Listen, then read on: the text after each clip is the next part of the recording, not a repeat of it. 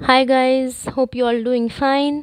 This is Kriti back with the new topic. जैसा कि हम सब जानते हैं, हम एक सीरीज़ कंटिन्यू कर रहे हैं जिसमें हम लोग बहुत शॉर्ट, क्रिस्प और सुपर क्लियर कॉन्सेप्ट के साथ सारे 15-15, 20-20 मिनट में टॉपिक्स रिवाइज कर रहे हैं जो कि आपके नीट एग्जाम्स में पूछे जाते हैं। पहला चैप्टर हमने एक्सक्रीटरी सिस्टम उठाया आपके ह्यूमन फिजियोलॉजी यूनिट से, और आज उसका टॉपिक है मैकेनिज्म ऑफ यूरिन फॉर्मेशन। तो अब ये मैकेनिज्म हमें बताना क्या चाहता है कि यूरिन हमारी बॉडी में बनती कैसे है। आखिर जैसे हम खाना बनाते हैं तो उसके भी कुछ स्टेप्स होते हैं ना, कि ऐसे ऐसे बनेगा खाना, वैसे ही यूरिन के भी कुछ स्टेप्स हैं कि वो कैसे कैसे बनेगी। तो सबसे पहला स्टेप उसमें क्या है? अल्ट्राफिल्ट्रेशन। फिर क्या है? रीअब्जॉर्प्शन। और फिर क्या है? सेक्रीशन। तो सबसे पहला स्टेप है हमारा अल्ट्राफिल्ट्रेशन। एक बार इसको वर्ड्स में एक्सप्लेन कर लेते हैं। अल्ट्राफिल्ट्रेशन क्या होता है?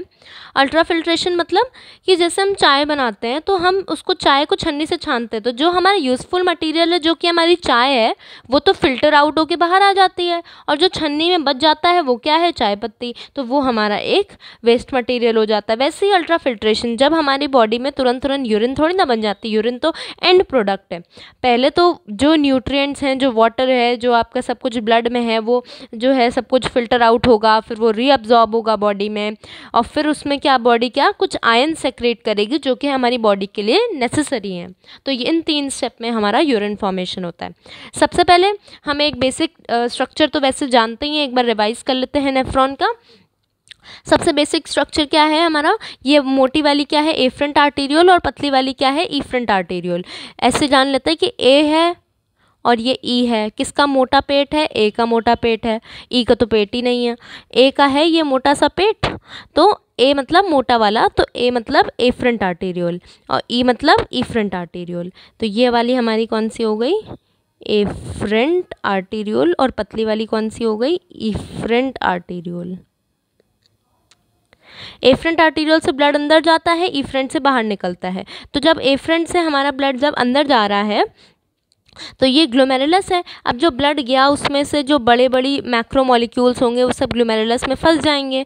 क्यों? क्योंकि glomerulus is a dense network of capillaries which is acting as a strainer. Strainer मतलब छन्नी, ग्लोमेरुलस।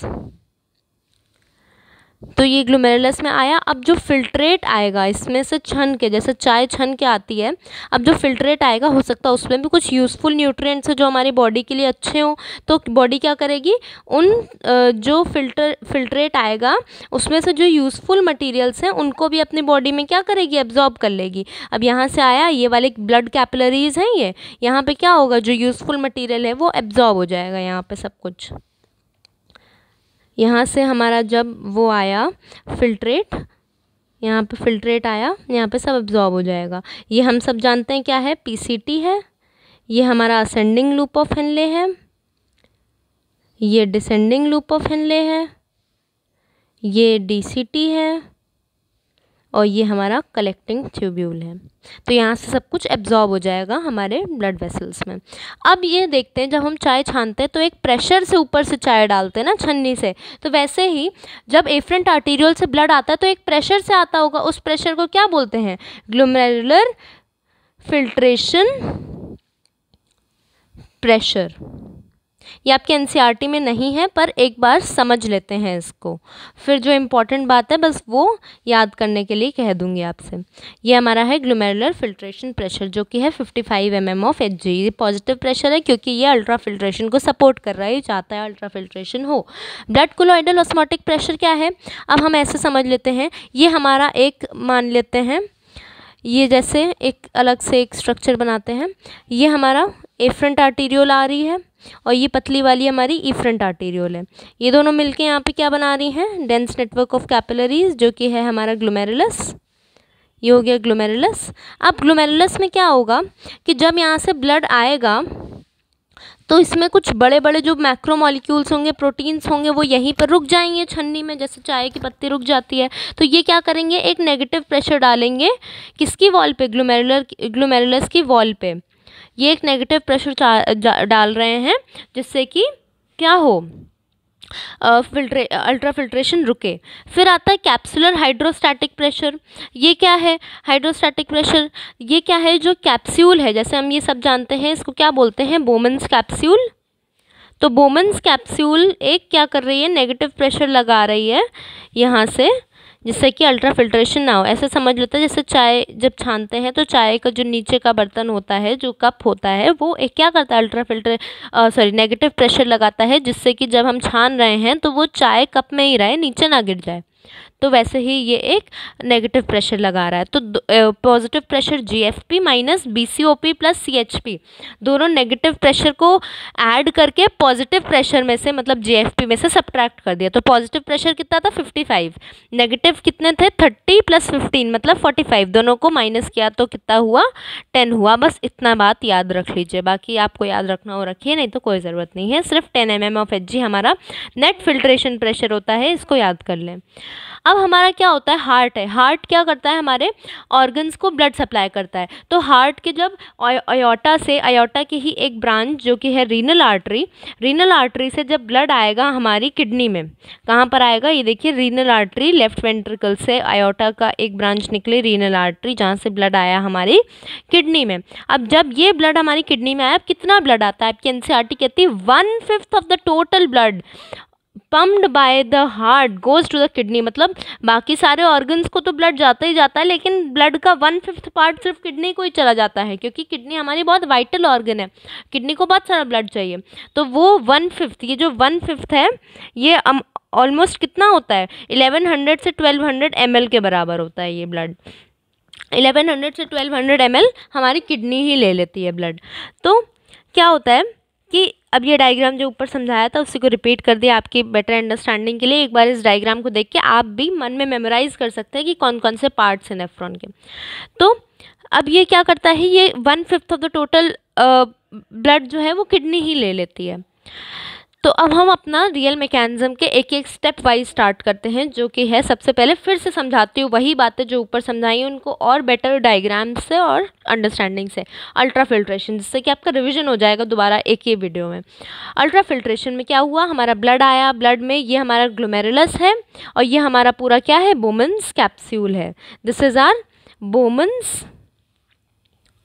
कैप्सूल। तो ग्लोमेरुलस से ब्लड आया। अब ग्लोमेरुलस में क्या होता है, ये जो कैपिलरीज हैं, हम जानते हैं कैपिलरीज की क्या होती है, एंडोथीलियम होती है, मतलब स्क्वामस एपिथीलियम की सेल्स होती हैं उसमें। तो वो क्या करते हैं, हमारा फिल्ट्रेशन का काम करती हैं। जो ब्लू से बनाई है ये क्या है, स्क्वामस एपिथीलियम की सेल्स हैं। तो ये ब्लड जब यहाँ से फिल्टर आउट हो रहा है, तो अभी जो बोमन्स कैप्सूल है उसमें भी कुछ सेल्स हैं जिनको हम लोग बोलते हैं पोडोसाइट्स। ये भी स्क्वामस एपिथीलियम की सेल्स हैं, पर ये मॉडिफाई हो गई हैं, पोडोसाइट्स। ये क्या हो गई हैं, मॉडिफाई हो गई हैं।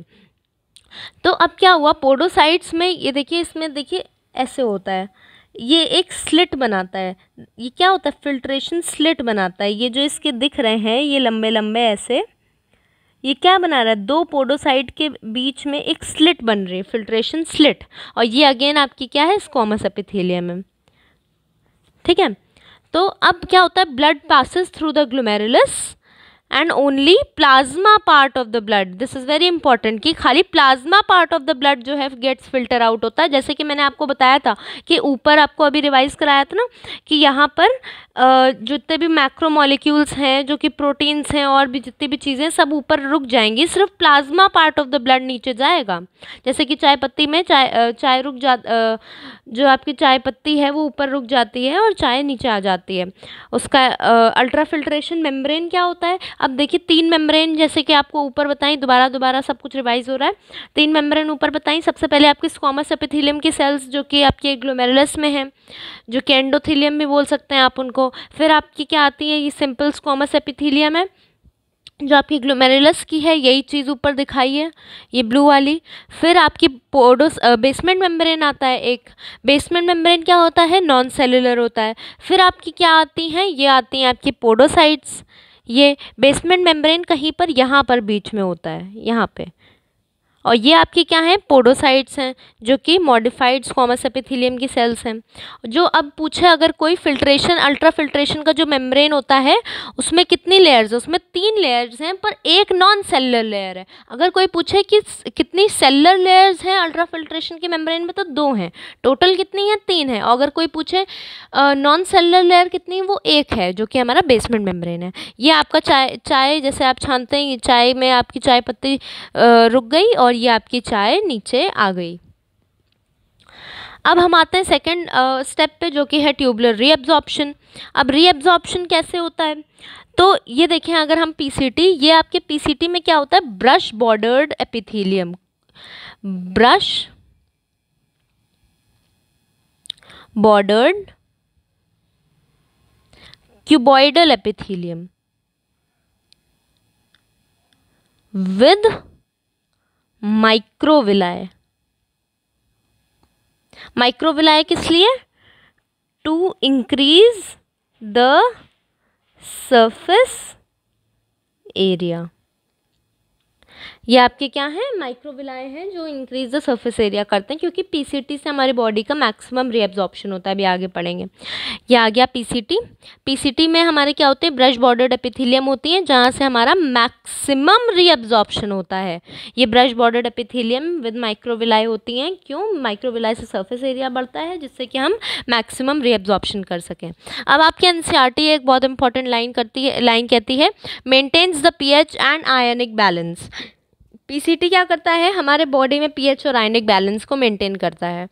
अब इसी के आगे एक एनसीईआरटी एक और लाइन कहती है, इससे कंफ्यूज मत होइएगा। अगर आपसे कभी कोई क्वेश्चन पूछे कि maintain pH and ionic balance कौन करता है, और पीसीटी और कलेक्टिंग ट्यूब्यूल दोनों ऑप्शन में हो, तो बेटर प्रेफर पीसीटी को करिए, क्योंकि एनसीईआरटी कहती है कि दोनों करते हैं पीएच एंड आयनिक बैलेंस।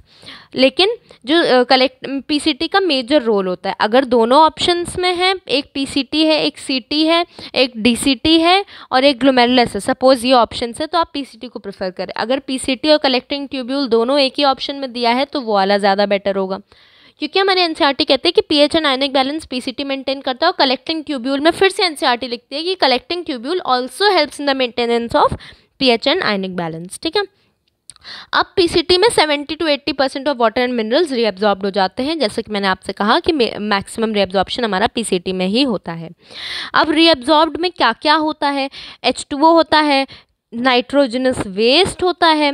ये H2O और नाइट्रोजनस वेस्ट कैसे होता है, पैसिव तरीके से होता है। वाटर और नाइट्रोजनस वेस्ट पैसिव तरीके से बॉडी में एब्जॉर्ब होता है, और ये हमेशा याद रखिएगा, वाटर का एब्जॉर्प्शन हमेशा पैसिव ही होता है। ठीक है, ज़्यादातर। फिर हम एक्टिव का एब्जॉर्प्शन देखें, तो एक्टिव एब्जॉर्प्शन कौन कौन से होते हैं, जितने भी आयन्स हैं बॉडी में वो सब एक्टिवली एब्जॉर्ब होते हैं हमेशा। तो NaCl एक आयन है, अदर आयन्स में और भी बहुत सारे आयन्स होते हैं बॉडी में, K+, H+, NH4+, ये सब जितने भी हो गए। अमीनो एसिड है, अमीनो एसिड भी आपको पता होगा एक तरीके से आयन के फॉर्म में, ज्वेटर आयन के फॉर्म में कभी कभी एग्जिस्ट करते हैं, तो ये भी हो गए। फिर हमारा ग्लूकोज हो गया, तो ये सब हमारा किस फॉर्म में होता है, एक्टिव फॉर्म में एब्जॉर्ब होता है बॉडी में। एक्टिव फॉर्म में रीएब्जॉर्ब होता है बॉडी में, एब्जॉर्ब नहीं, रीएब्जॉर्ब। एब्जॉर्ब वो पहले ही हो चुके हैं, और भी तो पूरा पाथवे फॉलो करके तब तो नेफ्रॉन में आया, डायरेक्ट थोड़ी ना खाना किडनी में आ गया है, पहले भी तो है, तो ये रीएब्जॉर्ब हो रहे हैं अब। और एब्जॉर्ब कौन हो रहा है, पहली बार एब्जॉर्ब कौन होता है, HCO3- पीसीटी में पहली बार एब्जॉर्ब हो रहा है। अभी तक बॉडी में एक बार भी एब्जॉर्ब नहीं हुआ। जब मुंह से खाना पूरा आया नेफ्रॉन तक, किडनी तक, तब तक जो है बाकी सारी चीज़ें एब्जॉर्ब हो चुकी थी। तो यहाँ पे ये सब चीज़ें जितनी भी हैं, H2O, urea, NaCl, glucose, other ions, amino acid, ये सब चीज़ें बॉडी में एक बार पहले भी एब्जॉर्ब हो चुकी हैं और नेफ्रॉन में फिर एब्जॉर्ब हो रही हैं, तो ये रीएब्जॉर्ब हो रही हैं। लेकिन नेफ्रॉन में पहली बार कौन एब्जॉर्ब हो रहा है, वो है HCO3-। This is important. HCO3- पहली बार बॉडी में एब्जॉर्ब हो रहा है। अभी तक ऊपर से जब तक खाना आया तब तक अभी एब्जॉर्ब नहीं हुआ था। ठीक है, फिर हम आ जाते हैं डीसीटी पे। डीसीटी में क्या होता है, कंडीशनड रीएब्जॉर्प्शन होता है। किसका, Na+ और H2O का। ये हमने पहले भी बात करी है इस चीज़ पर कि कंडीशन रीएब्जॉर्प्शन क्या होता है। हमारे 2 हार्मोन होते हैं, ADH और एल्डोस्टेरोन होता है, जो कि हमारा कंडीशन रीएब्जॉर्प्शन कराता है। मतलब जब हमारी बॉडी सिग्नल दे रही है तब वो रीएब्जॉर्प्शन करा रहा है। क्यों, क्योंकि अब हमारी बॉडी को वाटर की डेफिशिएंसी, इसलिए बॉडी सिग्नल दे रही है कि कंडीशन रीएब्जॉर्प्शन करो अब, नहीं तो बॉडी में वाटर की डिफिशियंसी हो जाएगी। तो HCO3 माइनस यहाँ पर रीएब्जॉर्ब होता है। रीएब्जॉर्ब क्यों होता है? एब्जॉर्ब कहाँ पर हुआ था? HCO3 माइनस PCT में एब्जॉर्ब हुआ था पहली बार, और रीएब्जॉर्ब कहाँ हुआ? DCT में। पहली बार PCT में एब्जॉर्ब हुआ और रीएब्जॉर्ब DCT में हुआ, 2 बार उसका रीएब्जॉर्प्शन हो रहा है, क्या कि बॉडी की डेफिशिएंसी ना हो HCO3 माइनस की भी।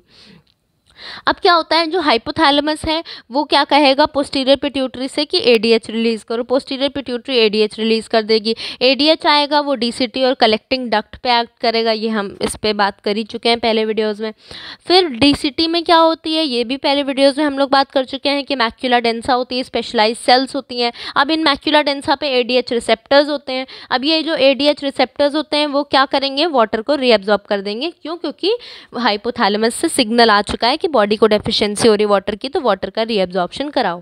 वैसे ही एक और मैकेनिज्म होता है जो कि होता है एड्रेनल कॉर्टेक्स। एड्रेनल कॉर्टेक्स को भी जब सिग्नल मिलेगा तो वो एल्डोस्टेरॉन रिलीज करेगा। एल्डोस्टेरॉन क्या कराएगा, Na+ को एक्टिवली पंप करना शुरू करेगा, और जैसे जैसे Na+ एक्टिवली पंप होगा वैसे ही हमारी बॉडी में वाटर रीअब्जॉर्ब हो जाएगा। तो 2 मैकेनिज्म से DCT हमारा कंडीशन रीअब्जॉर्प्शन करती है। फिर से एक बार रिवाइज कर लेते हैं जल्दी से।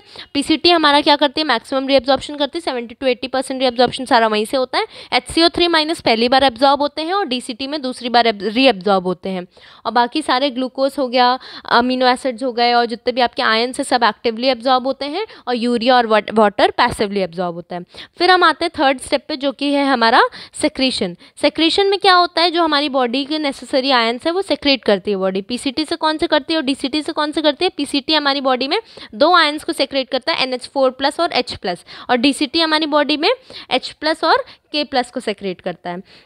अब इसमें एक कंट्रोवर्सी NCERT में, जो NCERT का ये डायग्राम है ये वाला, उसमें NCERT ने दिखाया है कि PCT H+ और NH4+ को, मतलब NH3 मतलब NH4+, ही एक ही बात है क्योंकि NH3 आयन के फॉर्म में NH4+ में हो जाएगा। ये सेक्रीशन हो रहा है यहाँ पे, ये सेक्रीशन दिखा रही है NCERT, और ये जो है ये पूरा क्या दिखा रही है NCERT, ये रीअब्जॉर्प्शन दिखा रही है। तो NCERT ने जब, जो NCERT में लाइंस में लिखा हुआ है, NCERT की लाइंस में लिखा हुआ है कि H+, NH4+ और पोटेशियम आयंस तीनों जो है हमारी बॉडी में सेक्रेट होते हैं, पर जो डायग्राम में दिखाया है उसमें दिखाया है कि K+ रीअब्जॉर्ब हो रहा है और NH4+ जो है सेक्रेट हो रहा है। तो इसमें एक कंट्रोवर्सी है। तो हम डायग्राम को ज़्यादा एप्रोप्रिएट मानते हुए ये कहेंगे कि जो PCT है, जो यहाँ पे PCT है वो NH4+ और H+ को रिलीज़ करता है, और DCT H+ और K+ को रिलीज़ करता है। और अगर मान लीजिए कभी कोई क्वेश्चन आया तो हम K+ भी लिख सकते हैं, पर जो NCERT का डायग्राम है उसको ज़्यादा एप्रोप्रिएट मानते हुए हम NH4+ और H+ ही बोलेंगे, पर शायद K+ भी होता हो, इसलिए NCERT में अपने टेक्स्ट में लिख दिया। जहाँ पर टेक्स्ट में लिखा है, भी NCERT रीड करेंगे तो देख लीजिएगा, तो वहाँ पर ये लिखा हुआ है maximum reabsorption PCT, minimum reabsorption loop of Henley में होता है, असेंडिंग लूप ऑफ हेनले में। 99% ऑफ द फिल्ट्रेट जो है वो हमारी बॉडी में रीअब्जॉर्ब हो जाता है, खाली 1% जो है कन्वर्ट इनटू यूरिन होता है। तभी हमने पढ़ा था कि यूरिन इज 4 times कंसनट्रेटेड। ये हमारा एफरेंट आर्टीरियल से जैसे ही ब्लड आता है वो फिल्ट्रेट हो जाता है, यहाँ पे फिल्टर आउट हो जाता है। कितना फिल्टर आउट होता है? 125 मिलीलीटर पर minute and 180 litre per day. मतलब हमारी बॉडी 1.8 लीटर से 1.5 लीटर यूरिन पर डे बनाती है। अब इसमें बच्चे कंफ्यूज हो जाते हैं, क्वेश्चन आता है यहाँ पे मिलीलीटर की जगह लीटर बदल देते हैं, तो जो है ये गलत हो जाता है। अगर खुद ही सोचे ना 125 लीटर पर मिनट होता तो पूरे दिन वॉशरूम में ही ना बैठे रहते सब। तो 125 मिलीलीटर है, ये लीटर नहीं है, और यहाँ पे 180 लीटर है, मिलीलीटर नहीं है। ये दोनों में ध्यान रखिएगा। फिर हम आ जाते हैं, ये डायग्राम मैंने आपको एक्सप्लेन कर दिया। असर्शन रीज़न एक आपके लाई हूँ, PCT helps in the pH balance. ये बिल्कुल सही पॉइंट है, जैसे कि हमने पढ़ा था कि pH और आयनिक बैलेंस PCT और कलेक्टिंग ट्यूब्यूल दोनों कराते हैं, तो यहाँ पे एक ही का लिखा है, तो ये स्टेटमेंट भी सही है। रीज़न है by selective secretion of H+ and NH3, ये भी हमने अभी ऊपर देख लिया डायग्राम में, H+ और NH3। तो ये assertion and reason both correct. और क्या ये इसका एक्सप्लेनेशन है? Yes, correct explanation also. 2 question और हैं आपके लिए। blood plasma contains protein but glomerular filtrate does not. Why does this difference in composition occur? ये कह रहा है कि blood plasma contain protein but glomerular filtrate does not contain protein. क्यों? क्योंकि हमने अभी बताया था proteins can not pass through the membrane of the glomerulus capillaries, वहाँ पे रुक जाता है, जैसे छन्नी में चाय पत्ती रुक जाती है. The water content of mammalian blood is regulated by anti diuretic hormone. In which part of the nephron does this regulation occur? Anti diuretic hormone कौन से पार्ट पे एक्ट करता है? हमारा डीसीटी और कलेक्टिंग डक्ट पे एक्ट करता है. डीसीटी ऑप्शन में दिया नहीं है, तो collecting duct will be your answer. अब जल्दी से एक बार एनसीईआरटी देख लेते हैं. एनसीईआरटी ऊपर है हमारी, ये हो गई हमारी एनसीईआरटी. एनसीईआरटी पे आ जाते हैं. एनसीईआरटी में क्या है? Urine formation involves the 3 main process. ये सब हमने पढ़ ही लिया है. Reabsorption and secretion that takes place in different parts of the nephron. The first step in urine formation is the filtration of the blood which is carried out by the glomerulus and is called the glomerular filtration. On an average 1100 से 1200 millilitre of blood is filtered by the kidneys per minute. पर minute है, ये याद रखिएगा. Roughly 1/5 of the blood is pumped out by the ventricle of the heart in a minute. The glomerular capillary blood pressure causes filtration of the blood. ये मैंने आपको बताया ही था. ये जो प्रेशर है ये कितना है? 10 mm of Hg था ये प्रेशर, जो कि मैंने आपको पूरा उससे समझाया था, पर ये आपके एनसीईआरटी में उसमें इतना डिटेल में नहीं दिया हुआ है. 10 mm of Hg है ये pressure. Blood pressure cause the filtration through 3 layers. Endothelium, सबसे पहली लेयर कौन है? Endothelium of glomerular blood vessels है. एपिथीलियम ऑफ बोमन्स कैप्सूल है, जो कि पोडोसाइट्स में जो है उसके मॉडिफाई हो जाती है. और basement membrane between these 2 layers है. किसके बीच में है?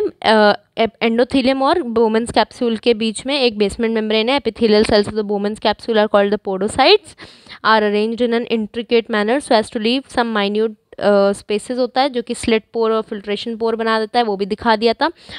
खाली प्लाज्मा जो है फिल्टर आउट होता है. Except the proteins pass on to the lumen of the Bowman's capsule considered as a process of ultra filtration. The amount of filtrate formed by the kidneys per minute is known as GFR. GFR कितना है? 125 millilitre पर minute. याद रखिएगा पर minute है. 180 litres per day. The kidneys have built in the mechanism for the regulation of glomerular filtration rate. One such efficient mechanism is carried out by the juxtaglomerular apparatus, जो कि आपको बताया था कि मैक्यूला डेंसा की sales जो होती हैं डीसीटी की, वो जीजी apparatus किससे बनता है? एक मैक्यूला डेंसा और जो आपकी एफरेंट आर्टीरियल की जो सेल्स होती हैं मॉडिफाई हो जाती हैं, तो वो हमारी दोनों मिला के मैक्यूला डेंसा और जेजी सेल्स मिला के juxtaglomerular apparatus बनाती हैं. Fallen GFR can activate the JG cells to release renin. Fallen, अगर GFR कम हो जाएगा, ये पिछली वीडियो में हमने पढ़ा ही था कि तो रेनिन रिलीज होगा. Thereby the GFR back to normal. A comparison between the volume of the filtrate formed is 180 litres per day. 1.5 litres of urine होता है. Suggest that nearly 99% of the filtrate has to be reabsorb by the renal tubules. 99% जो है reabsorb होता है, खाली 1% की ही urine बनती है. ये सब आपको मैंने अभी फिगर से समझा ही दिया था, डायग्राम से, तो इसको आप रीड मार लीजिएगा, कुछ भी नहीं है इसमें. फिर फंक्शंस ऑफ द ट्यूब्यूल्स में बता दिया था, बस इसमें कुछ चीज़ें याद रखिएगा. 70 to 80% है. पीएच जो है पीएच और आयनिक बैलेंस को मेंटेन करता है. ये इंपॉर्टेंट पॉइंट्स है, अपने एनसीईआरटी में मार्क कर लीजिए, इसके बाहर क्वेश्चन नहीं आएगा. सेक्रेशन ऑफ, यहाँ पे देखिए पोटेशियम आयंस भी लिखा है पर डायग्राम में नहीं दिया हुआ है, यही कंट्रोवर्सी की बात कर रही थी मैं. एब्जॉर्प्शन ऑफ HCO3, यहाँ पर रीअब्जॉर्प्शन नहीं, यहाँ पे एब्जॉर्प्शन है. लूप ऑफ हेनले में भी हम देख लेते हैं, वो इसकी बात तो कर ही ली थी हमने कि descending loop of Henle permeable to water होता है. ये लास्ट लेक्चर में बता दिया मैंने कि इम्परमिएबल टू इलेक्ट्रोलाइट्स होती है. इसकी एक ट्रिक भी बताई थी लास्ट लेक्चर में याद करने की, बच्चे इसमें कंफ्यूज होते हैं. और फिर हम डीसीटी की बात कर लेते हैं. Capable of reabsorption of HCO3 कहाँ पर होता है? डीसीटी में होता है. और एब्जॉर्प्शन कहाँ पर होता है? पीसीटी में होता है. मेंटेन कलेक्टिंग डक्ट में बात कर लेते हैं. एक्सटेंड फ्रॉम द, हाँ ये देख लेते हैं. Collecting duct cortex of the kidney से एक्सटेंड होती है, इस बात को याद रखिएगा. Large amount of waters could be reabsorb from this region to produce a concentrated urine. हाँ, और ये एक और इम्पॉर्टेंट पॉइंट है, बहुत इंपॉर्टेंट पॉइंट है ये, कि this allows the passage of small amount of urea into the medullary interstitium to maintain the osmolarity. इससे असर्शन रीज़न पूछा जा सकता है. असर्शन रीज़न क्या आएगा कि ये जो यूरिया है ये क्यों पास किया जाता है? टू मेंटेन द ऑस्मोलैरिटी, इसका रीज़न होगा.